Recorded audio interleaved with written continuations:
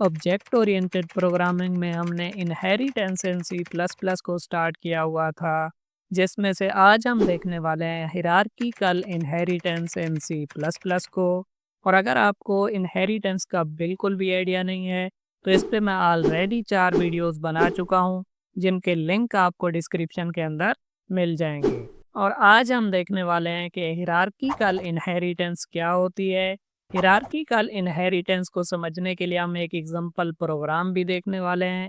और अगर आपने मेरी C plus plus programming series से रिलेटेड प्रीवियस वीडियोस को नहीं देखा, तो प्लेलिस्ट का लिंक आपको डिस्क्रिप्शन के अंदर मिल जाएगा, आप चेकआउट कर सकते हैं। अस्सलाम वालेकुम फ्रेंड्स, वेलकम टू टेक्निकल अमर।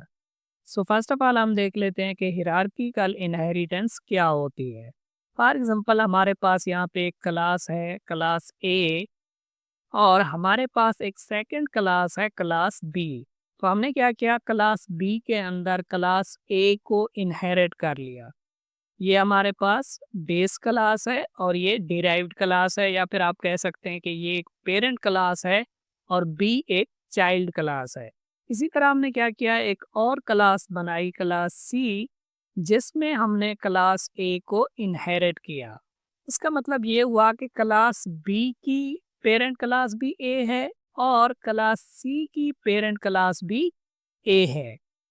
तो इसे हम कहते हैं हिरार्किकल इनहेरिटेंस। और डायग्राम की मदद से भी आप देख सकते हैं कि क्लास बी क्लास ए को इनहेरिट कर रही है और क्लास सी भी क्लास ए को इनहेरिट कर रही है। तो ये जो हिरार्किकल इनहेरिटेंस है, ये इनहेरिटेंस की काफ़ी पॉपुलर टाइप है, जिसमें आप क्या कर सकते हैं कि मल्टीपल क्लासेस में एक ही क्लास को इनहेरिट कर सकते हैं। सो आप क्या करें, वीडियो को फटाफट से लाइक करें और हम चलते हैं डेव सी प्लस प्लस पे और इसे देखते हैं प्रैक्टिकली। हम क्या करते हैं कि हिरार्किकल इनहेरिटेंस को समझने के लिए एक एग्जांपल प्रोग्राम बना लेते हैं। और जैसा कि आप जानते हैं कि एग्जांपल प्रोग्राम के तौर पे हम एकेडमिक एग्जांपल को लेके चल रहे थे, जिसमें हम देख रहे the person class, student class, teacher class, teaching assistant class वगैरह, ताकि आपको अच्छे से समझ में आए। तो यहाँ पे मैं उसी एग्जांपल को ही कंटिन्यू करने वाला हूँ, बट इसमें हम देखेंगे हिरार्किकल इनहेरिटेंस को। फर्स्ट ऑफ ऑल मैं क्या करता हूँ, यहाँ पे एक कमेंट लगाता हूँ कि ये हमारे पास क्या होगी, बेस क्लास होगी। और मैं यहाँ पे पर्सन नाम से एक क्लास बना लेता हूँ।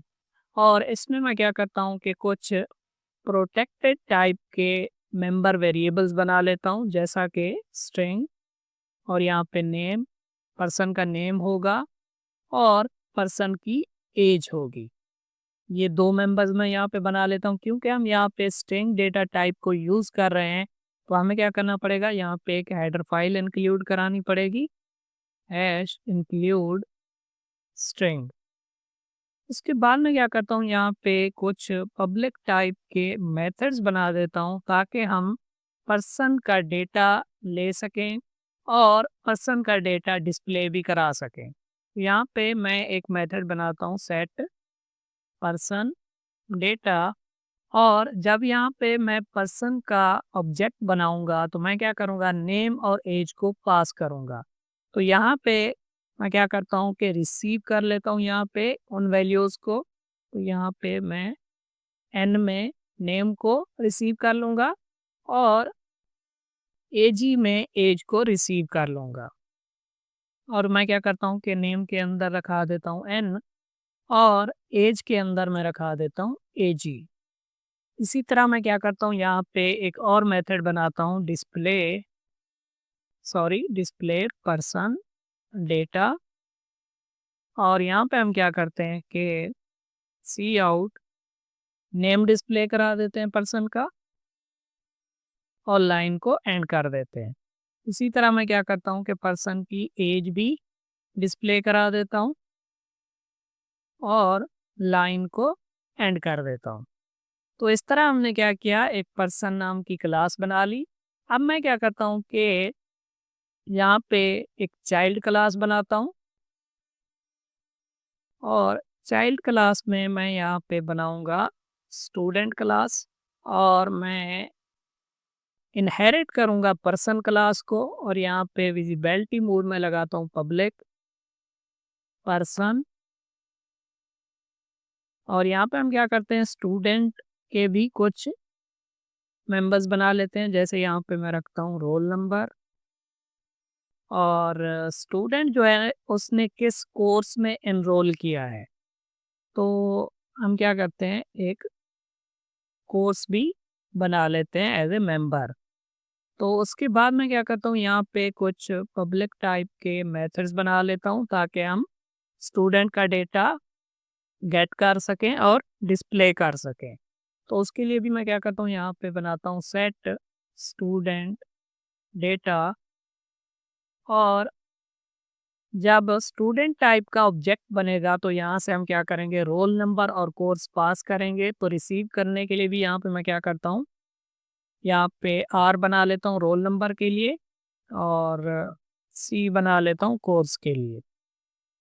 तो वैल्यूज आएंगी रोल नंबर, और कोर्स के अंदर मैं सी को रखा दूंगा।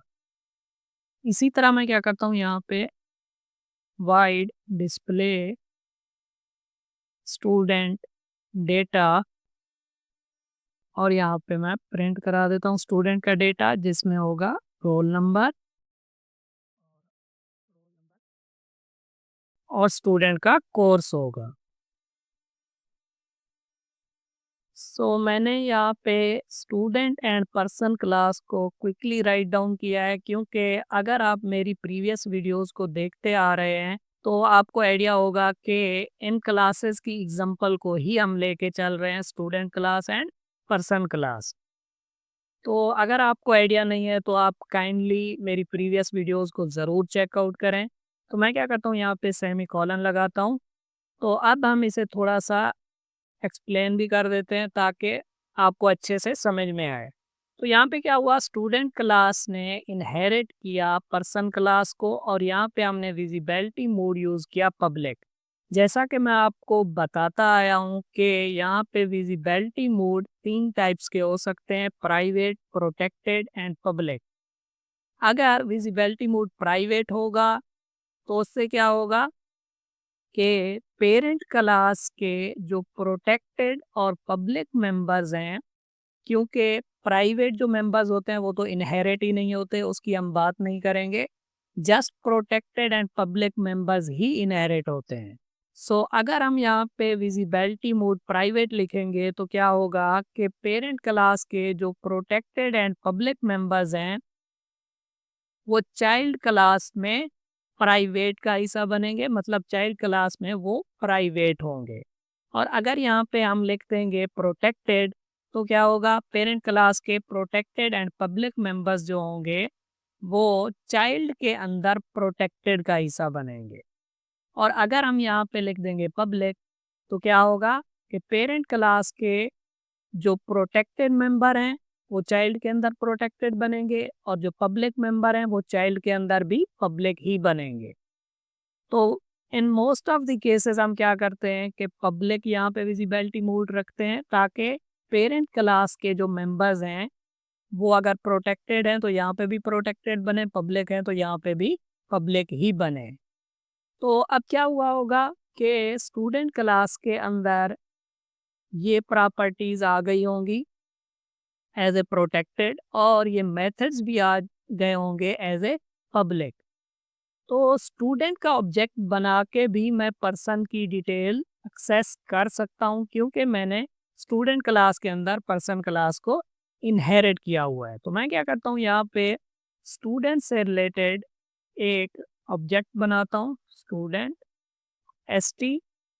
सो अब मैं क्या कर सकता हूँ कि स्टूडेंट ऑब्जेक्ट की मदद से भी पर्सन क्लास के मेंबर्स को एक्सेस कर सकता हूँ, क्योंकि पर्सन क्लास के जो मेंबर्स हैं वो इनहेरिट होके स्टूडेंट क्लास के अंदर आ चुके हैं। तो मैं क्या करता हूँ, यहाँ पे सेट पर्सन डेटा फंक्शन को कॉल करता हूँ, और यहाँ पे नेम पास करता हूँ टेक्निकल अमर, और एज पास करता हूँ यहाँ पे 26। उसके बाद मैं क्या करता हूँ कि इसके अपने एक मेथड को यूज़ करता हूँ ताकि हम रोल नंबर एंड कोर्स भी असाइन करा सकें। S T dot set student data, और इसमें मैं रोल नंबर पास करता हूँ 60 और कोर्स पास करता हूँ यहाँ पे सॉफ्टवेयर इंजीनियरिंग। तो इस तरह मैंने क्या किया कि स्टूडेंट क्लास का ऑब्जेक्ट बना के पर्सन क्लास के मेंबर्स को भी एक्सेस कर लिया और स्टूडेंट के अपने मेंबर्स को भी एक्सेस कर लिया। अब मैं क्या करता हूँ कि एसटी की मदद से डिस्प्ले स्टूडेंट डेटा फंक्शन को कॉल करता हूँ। तो क्या होगा यहाँ पे role number and course display होगा। बट मैं क्या करता हूँ, role number and course display कराने से पहले यहाँ पे डिस्प्ले पर्सन डेटा फंक्शन को कॉल कर लेता हूँ। तो यहाँ पे मैं डिस्प्ले पर्सन डेटा फंक्शन को कॉल कर सकता हूँ क्योंकि जो पर्सन क्लास के मेंबर्स हैं वो इनहेरिट होके स्टूडेंट क्लास के अंदर आ चुके हैं। तो इसका मतलब ये हुआ कि डिस्प्ले पर्सन डेटा फंक्शन भी इस क्लास के अंदर मौजूद है जिसे हम कॉल कर सकते हैं। तो मैंने क्या किया, यहाँ पे डिस्प्ले स्टूडेंट डेटा फंक्शन को कॉल किया और उसकी पहली ही लाइन में मैंने डिस्प्ले पर्सन डेटा फंक्शन को कॉल किया। तो क्या होगा, डिस्प्ले पर्सन डेटा कॉल होगा और यहाँ पे हमें नेम और एज शो होगी और उसके बाद फिर हमें यहाँ पे role number and course show होगा। सो मैं क्या करता हूँ, कंपाइल एंड रन करके आपको दिखाता हूँ। सो आप यहाँ पे देख सकते हैं कि नेम शो हो रहा है technical Amar, age 26, roll number 60 and course software engineering. So अब मैं क्या करता हूँ, एक और क्लास बनाता हूँ यहाँ पे, चाइल्ड क्लास। और ये क्लास जो है वो होगी टीचर के नाम से। और टीचर में मैं क्या करता हूँ, क्योंकि टीचर भी एक पर्सन है, तो हम क्या कर सकते हैं कि टीचर क्लास में भी पर्सन क्लास को इनहेरिट कर सकते हैं, क्योंकि टीचर क्लास में भी हमें नेम और एज की ज़रूरत तो पड़ेगी, क्योंकि टीचर का नेम भी होगा और एज भी होगी। तो मैंने क्या किया, यहाँ पे एक टीचर नाम से क्लास बनाई और इनहेरिट कर लिया पर्सन क्लास को। सो टीचर क्लास के भी अपने कुछ डेटा मेंबर्स होंगे, जैसा कि टीचर की खुद की डिटेल हो सकती है, जैसे कि वो कौन सा सब्जेक्ट पढ़ाता है, उसकी कितनी सैलरी है। तो मैं क्या करता हूँ, यहाँ पे प्रोटेक्टेड टाइप के कुछ मेंबर वेरिएबल्स बना लेता हूँ, जैसा कि सब्जेक्ट, मतलब टीचर कौन सा सब्जेक्ट पढ़ाता है, और उसकी हम सैलरी रखा लेते हैं। इसके बाद मैं क्या करता हूँ कि कुछ मेंबर फंक्शंस बनाता हूँ, जैसा कि सेट टीचर डेटा, और इसमें हम सब्जेक्ट और सैलरी लेंगे। तो सब्जेक्ट यहाँ पे स्ट्रिंग एस और सैलरी के लिए मैं इंट टाइप का एक वेरिएबल बनाता हूँ, और जो भी सब्जेक्ट आएगा उसे हम सब्जेक्ट वाले वेरिएबल के अंदर रखाएंगे। और सैलरी, आपको ये कंफ्यूजिंग ना लगे, मैं यहाँ पे इसका नाम रख देता हूँ एस बी, यानी कि सब्जेक्ट, और ये जो एस होगा ये सैलरी के लिए यूज़ होगा। उसके बाद मैं क्या करता हूँ, यहाँ पे हम लगाते हैं वॉइड। उसके बाद हम डिस्प्ले करा देते हैं टीचर का डेटा, और इसमें हम एक तो डिस्प्ले कराएंगे सब्जेक्ट,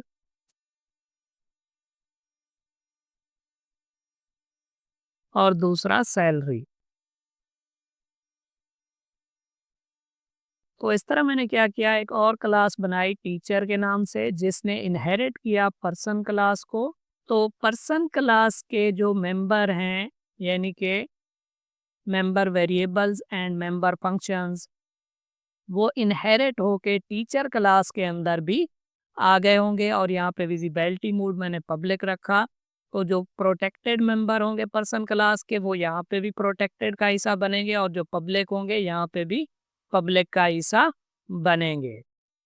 तो अब मैं क्या कर सकता हूँ कि टीचर क्लास का भी एक ऑब्जेक्ट बना सकता हूँ टी के नाम से, और उसकी मदद से भी मैं क्या कर सकता हूँ, पर्सन के मेंबर्स को एक्सेस कर सकता हूँ। तो यहाँ पे टीचर का नाम है अली, और टीचर की जो एज है वो है 40, और उसके बाद मैं क्या करता हूँ कि टीचर का जो डेटा है खुद का, यानी इस क्लास में जो हमने यूज़ किया है, वो रखा लेता हूँ। तो इसमें हमारे पास क्या है, सब्जेक्ट एंड सैलरी है। तो सब्जेक्ट उसका है डेटा स्ट्रक्चर, और उसकी जो सैलरी है फॉर एग्जांपल वो है 80,000। उसके बाद मैं क्या कर सकता हूँ, यहाँ पे टीचर का डेटा भी प्रिंट करा सकता हूँ। तो उसके लिए मैं क्या करता हूँ कि डिस्प्ले टीचर डेटा, और डिस्प्ले टीचर डेटा में हम क्या करते हैं, फर्स्ट ऑफ ऑल डिस्प्ले कर देते हैं पर्सन डेटा। तो यहाँ पे क्या होगा, display person data function call होगा, और हमने ऑलरेडी पर्सन के अंदर नेम और एज रखाई हुई है, तो वो शो हो जाएगी, और उसके बाद सब्जेक्ट एंड सैलरी शो होगी। बट इससे भी पहले मैं क्या करता हूँ कि हम इसे रीअरेंज करते हैं ताकि दिखने में ये अच्छा लगे प्रोग्राम। तो मैं क्या करता हूँ, यहाँ पे दो ऑब्जेक्ट बना लेता हूँ, स्टूडेंट का और टीचर का।